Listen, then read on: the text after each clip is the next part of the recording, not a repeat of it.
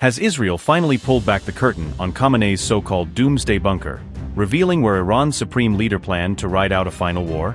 With Mossad now mapping out his secret war bunker hideout in graphics and animations, how deep did Khamenei's underground command network really run beneath Tehran? A lift, stairwells and buried war rooms. Was this the last underground command center from which Khamenei meant to direct Iran's battles against the US and Israel? If it took 50 jets and around 100 bombs to obliterate one bunker site, what does that say about how seriously Israel viewed the threat hidden under central Tehran? If Mossad is right that this bunker spanned multiple Tehran streets, riddled with secret entrances and meeting rooms, how many key decisions were made down there in total secrecy? Israel has now released an animated blueprint of Khamenei's underground war bunker, timing the reveal just days after announcing his killing. On March 6th, the IDF pushed out a detailed graphic walkthrough of the slain Ayatollah's secret wartime shelter, framing it as proof of how deeply he had dug in. The shelter, which Israel labels a secure emergency command center, was shown as sitting directly beneath central Tehran, under ordinary city streets. Israeli intelligence claims the complex spanned multiple streets and included numerous hidden entrances, corridors and meeting rooms for top-level briefings.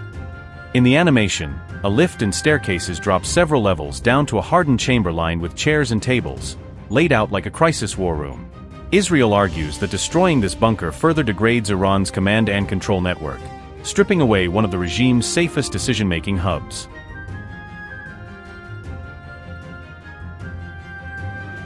Iran's 86-year-old supreme leader Ali Khamenei was killed in Tehran during the very first wave of joint US-Israeli strikes on February 28, before he could fully fall back underground.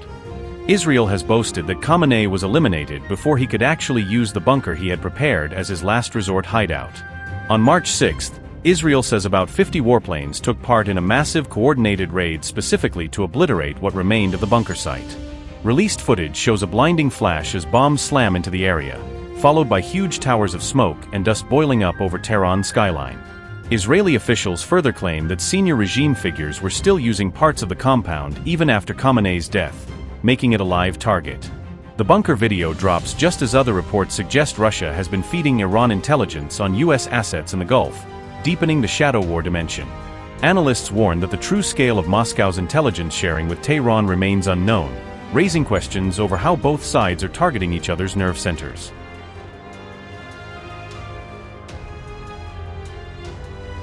At the same time, Iran fired on Ain al-Assad airbase and key Israeli missile defense radar sites on March 6, trying to hit back at the systems tracking its missiles. Tehran claims those attacks on Israel's defensive radar systems have severely weakened their shield, though that assertion has not been independently verified. In Washington, the White House press secretary countered by saying U.S. forces have already sunk more than 30 Iranian vessels in the fighting. Caroline Leavitt insisted that Iranian ballistic missile launches against Israel and U.S. sites are down 90%, presenting the campaign as firmly under control. On March 7, Iran issued a rare apology to its Gulf neighbors after days of missile volleys shook the wider Middle East and rattled regional capitals. President Masoud Pezeshkian specifically apologized to neighboring states that had been hit or overflown by missiles since the February 28 escalation. He said the Interim Leadership Council has now agreed on a new red line to govern future launches, tightening when Iran's missiles can be fired. Pezeshkian declared that from now on, no missiles will be fired at neighboring countries unless an attack is launched from their soil, a pledge clearly aimed at calming the region. The idea that we want to unconditionally surrender, they must take such a dream with them to the grave. We have no intention of transgressing into neighboring countries. As I have said many times, they are our brothers. We must join hands with these dear ones in the region to establish peace and tranquility. And I hope that the events that have taken place and the decision we made yesterday in our temporary leadership council, this decision has been reported to the armed forces that from now on they should not attack neighboring countries or fire missiles unless those countries want to attack us, and I think we should resolve this through diplomacy so that we don't face problems by fighting with neighboring countries.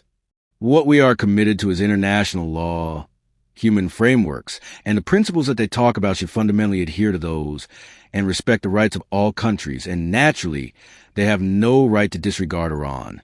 I'm sending this message to neighboring countries, where some groups or factions are thinking of using this opportunity to attack our territory.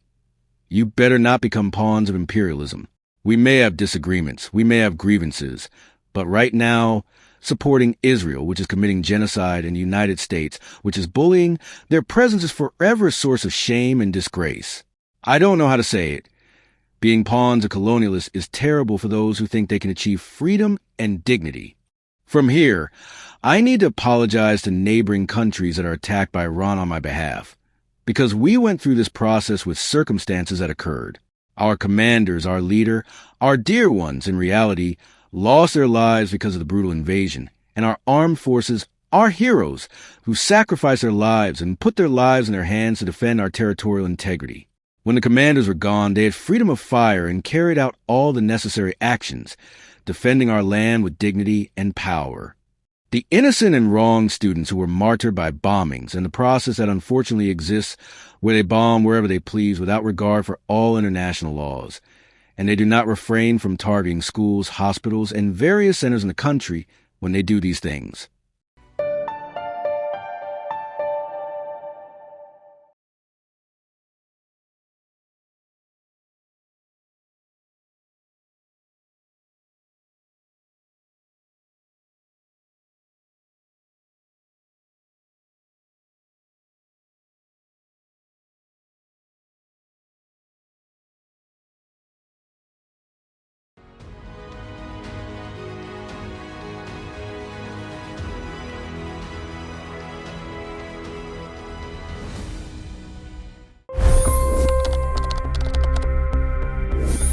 $25 crore गरीब गरीबी को परास्त करके बाहर निकले।